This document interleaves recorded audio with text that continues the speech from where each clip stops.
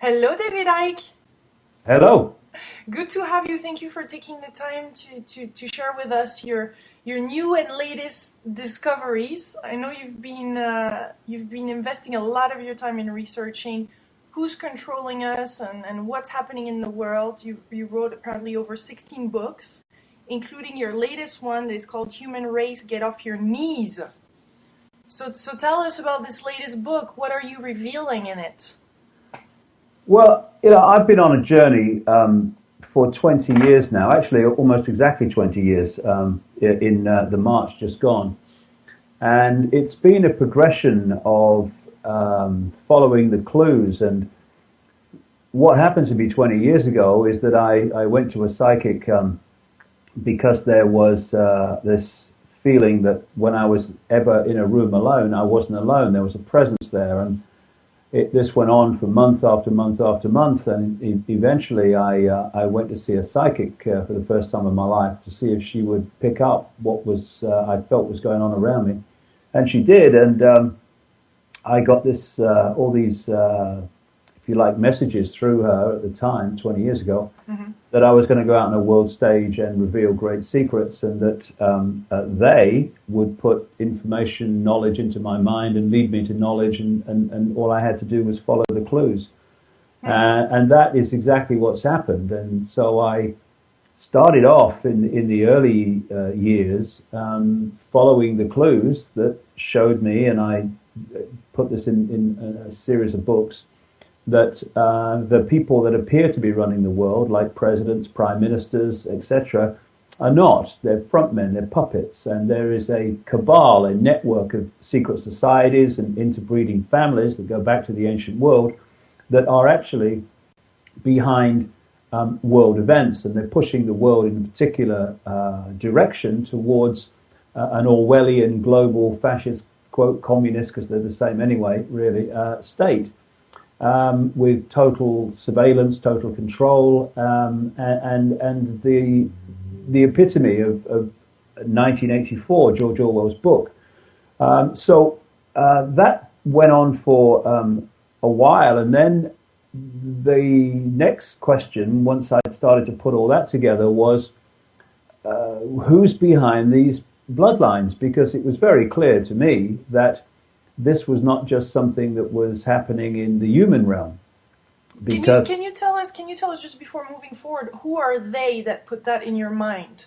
Well, who knows? It's a certainly a level of consciousness that is working to bring an end to the suppression and control that we've been experiencing for eons now. And this is a time when that control is going to be dismantled. It seems at this time that it's getting more and more powerful, but it's actually in its death throes. We're going through a process of transformation now, which is going to bring this to an end. I was told that 20 years ago. I have no reason to doubt that 20 years on from the events that I've seen and experienced. In fact, even less so from the events that I've seen and experienced.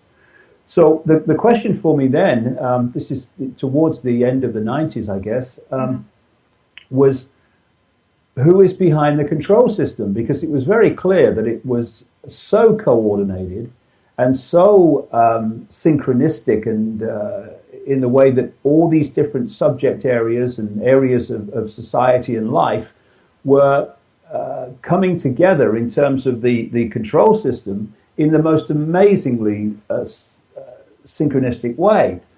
This was not people in dark suits sitting around a table discussing their next move. That was blatantly obvious, even more so now. There is a level of the control system which is people in dark suits sitting around a table, but that's part of the play out level of it. It's not the level from which it's orchestrated. So it's like puppets being manipulated by from people from a higher dimension. Yeah, well, kind of. I'm not sure it's too much of a higher dimension, because the desire for control over is a very low level of consciousness, and that's what we're dealing with in terms of the force behind the control system.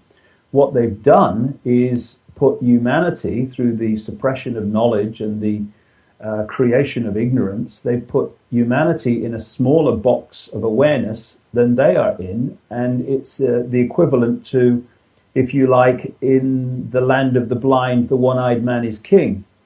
And what humanity has the potential to do, and more people are beginning to do this and awaken, they have the ability to break out of that mind prison, to break out of that bubble of suppression and access who they really are, which is infinite consciousness, infinite possibility, infinite potential, infinite awareness. And when we do that, then we go beyond where the force behind the control system can go, because if you're in a state where you want control over, you want to own, you want to dictate, then that very state of being means that you are in a low level of awareness and in a low vibrational state. And the only way they've been able to control humanity all this time, up to this point, is, as I say, put humanity in a smaller box of awareness than they're in. So what started to happen from about 96 is that what happens actually is that the pattern from the start has been this. A new subject will come into my life. This has been happening since that I went to that psychic 20 years ago. Mm. And then from that moment, when it enters my life, information about that subject starts hitting me from all angles. In people I meet, in documents I see, in books I read, in things I come across.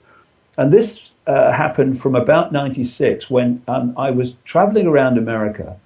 And in about 15 days traveling to different places, I met 12 different people who told me that they'd seen people who appeared to be human, who changed into a non-human form, a reptilian form actually, and then gone back to human. And I thought, okay, well, that's interesting, but I'm going to put that on the back burner because don't know what's happening here, but I'll see what else comes. And from that moment, information kept coming to me, not only in the modern world, but by talking to people like Credo Mutwa, the Zulu shaman, the official historian of the Zulu nation in South Africa, whose whole history of Africa is of the manipulation by what they call the Chitahuri, the children of the serpent, the reptilian race.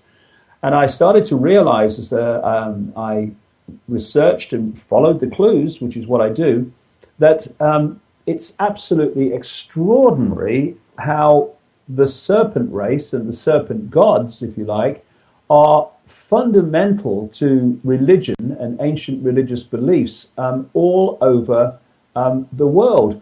There was a man called the Reverend John Bathurst Dean. He wrote a book called Worship of the Serpent. It came out in 1933, and he did the book on the serpent, worship of the serpent being the basis of religions all over the world. And he said this in his conclusion: it appears then that no nations were so geographically remote or so religiously discordant that one, and only one, superstitious characteristic was common to all, that the most civilized and the most barbarous bowed down with the same devotion to the same engrossing entity, and that this entity either was or was represented by the same sacred serpent.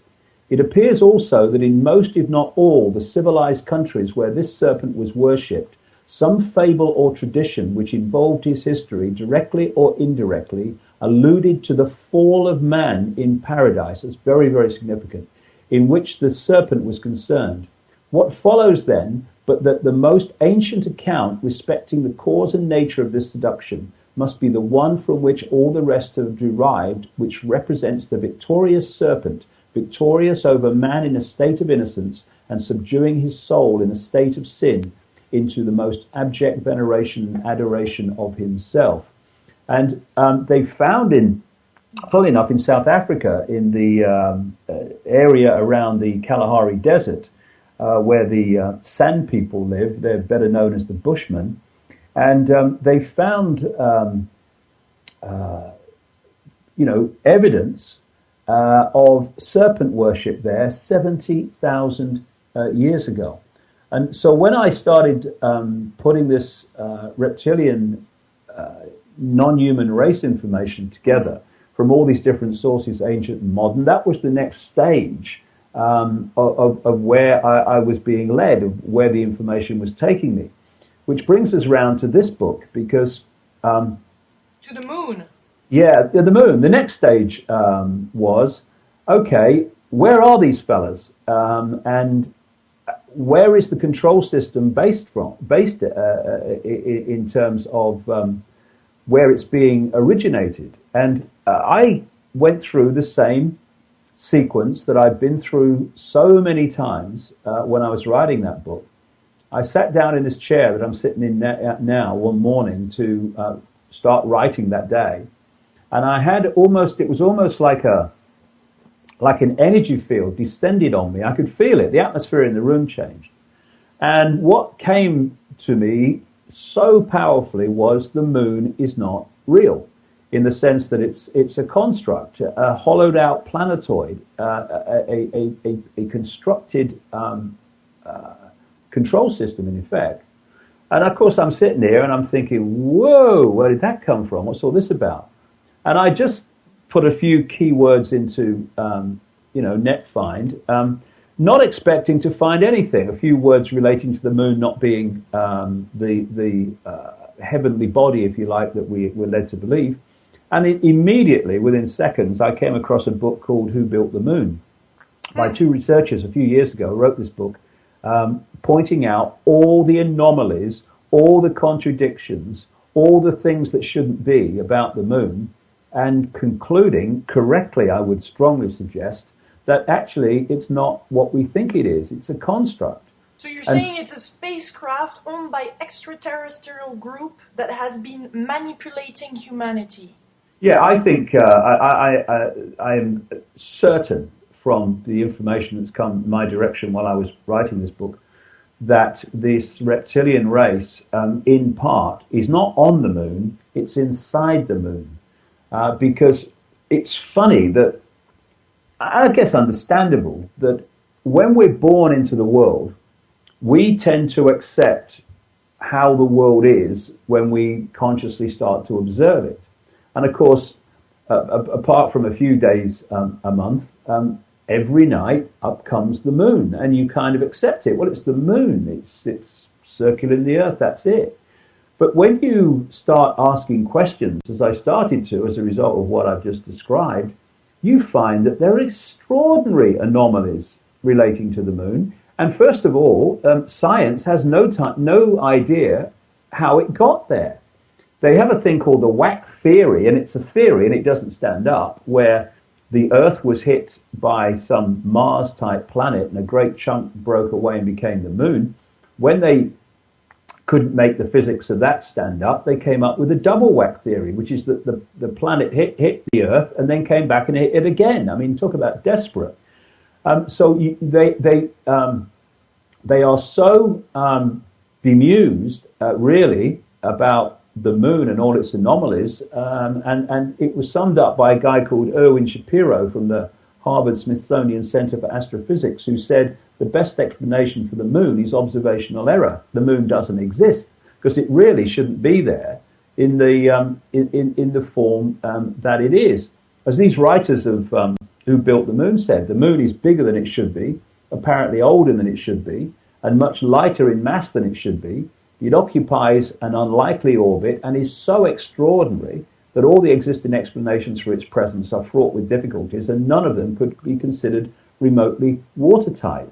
Another guy, Isaac Asimov, a Russian professor of biochemistry who did a lot of research into the moon, he makes the very valid point that the moon should not be there, because small planets like the Earth with weak gravitational fields, they might well not have satellites at all.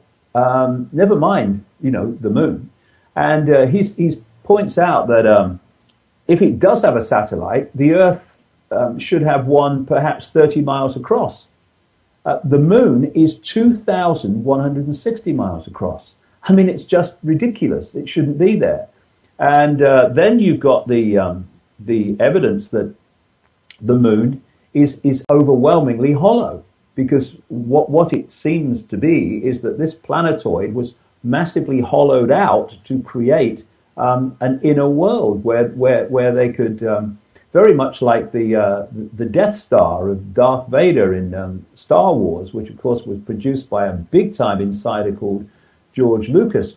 And when the moon has been hit, massive blows, as NASA scientists have said, it's rung like a bell, or rung like a bell in the belfry, like a gong. Now that shouldn't be if it's a solid sphere, or solid as we perceive solid. It happens when something is hollow. And interestingly, when I contacted my great friend Credo Muchwa when I was coming to these conclusions and putting this information together, I rang him and I didn't say, "Hey, Credo, I've come up with all this information about the moon." I asked him a simple question, because I don't like to lead people. That's not the way to do it if you're researching. And I said to him, "Can you tell me any Zulu legends about the moon?" I nearly fell off my chair when he started, given what I, put together up to that point. Mm-hmm. He said, yes, the Zulu legends about the moon say that the moon was brought here hundreds of generations ago by two brothers, which the Zulus call Wawani and Umpanku. Now, these relate to the two brothers that were said to lead the Anunnaki, a non-human race described in the Sumerian tablets that have been found over the last 100 and odd years and more in what we now call Iraq. The ancient Sumerians documented the existence of this Anunnaki, and they said that they were controlled and led by two brothers called Enki and Enlil. And the Zulu legends about Umpanku and Wawani, they call them the Water Brothers and say, quote, they had scaly skin like a fish. And the Enki character in the Sumerian tablets was actually related to water. He was called a water god. He had another name which related to water. And this is where the fish gods come from, like Dagon and Oannes and what have you, in the Mesopotamian accounts. And what the Zulu legends say is that Wawani and Umpanku stole the moon in the form of an egg from the great fire dragon and emptied out the yolk until it was hollow.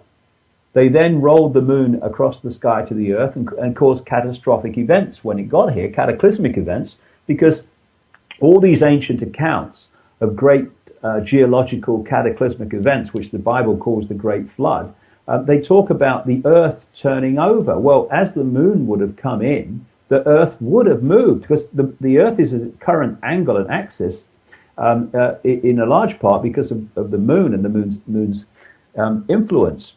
And, anthropologists and people, and scientists, when they look at these ancient legends like the Zulus, they take them literally. And they say, oh, no, they're a primitive people. They think the moon was an egg and all this stuff. But if you look at them symbolically, as you're supposed to, because, we have modern technology and the internet and stuff like that and virtual reality games that we can use as very powerful analogies for the way this universe works. But in ancient times, they didn't have that. So they had to use the symbolism that the people of their time could understand, that related to the lives that they lived. And the legends about the moon were that it was hollow and it had been hollowed out. And therefore they used the symbolism of the egg and the yolk being hollowed out. And it was extraordinary to me as I researched this, just how these legends of the moon fit so magnificently with modern evidence and scientific evidence, including by two scientists from the Soviet Academy of Sciences in the 1970s, who wrote a very detailed article in a magazine saying the moon is a hollowed out planetoid by a very, very advanced, in technological terms anyway, advanced race of non-humans, and that when they explain in this article how it was done and what the consequences of it would be in terms of the moon's makeup and everything, these great list of anomalies that the scientists point out, we don't understand this, we don't understand that, just fall to the ground. The anomalies are no longer anomalies once you come from this perspective that it is actually a hollowed out construct which they have the ability to control in terms of its movement. Also interesting, as some scientists have pointed out, when you look at the makeup of the moon on the surface, they say the moon is inside out. In other words, what's on the surface really should be inside the moon, which again supports this whole hollowing out situation that I'm talking about. So that was the big revelation, and there were others that I go on to in the book about what the moon is doing to us. Yeah, and the moon matrix. But can you tell us what can we do with this information in our life, in our daily life?